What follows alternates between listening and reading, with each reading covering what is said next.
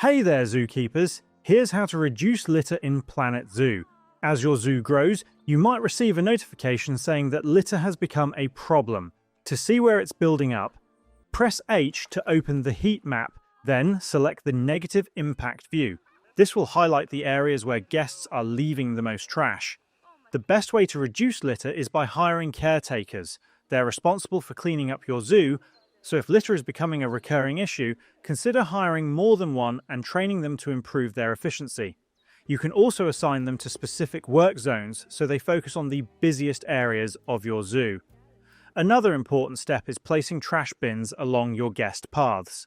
To do this, click the Facilities button at the bottom center of your screen and search for bin. You'll find both recycling bins and trash bins.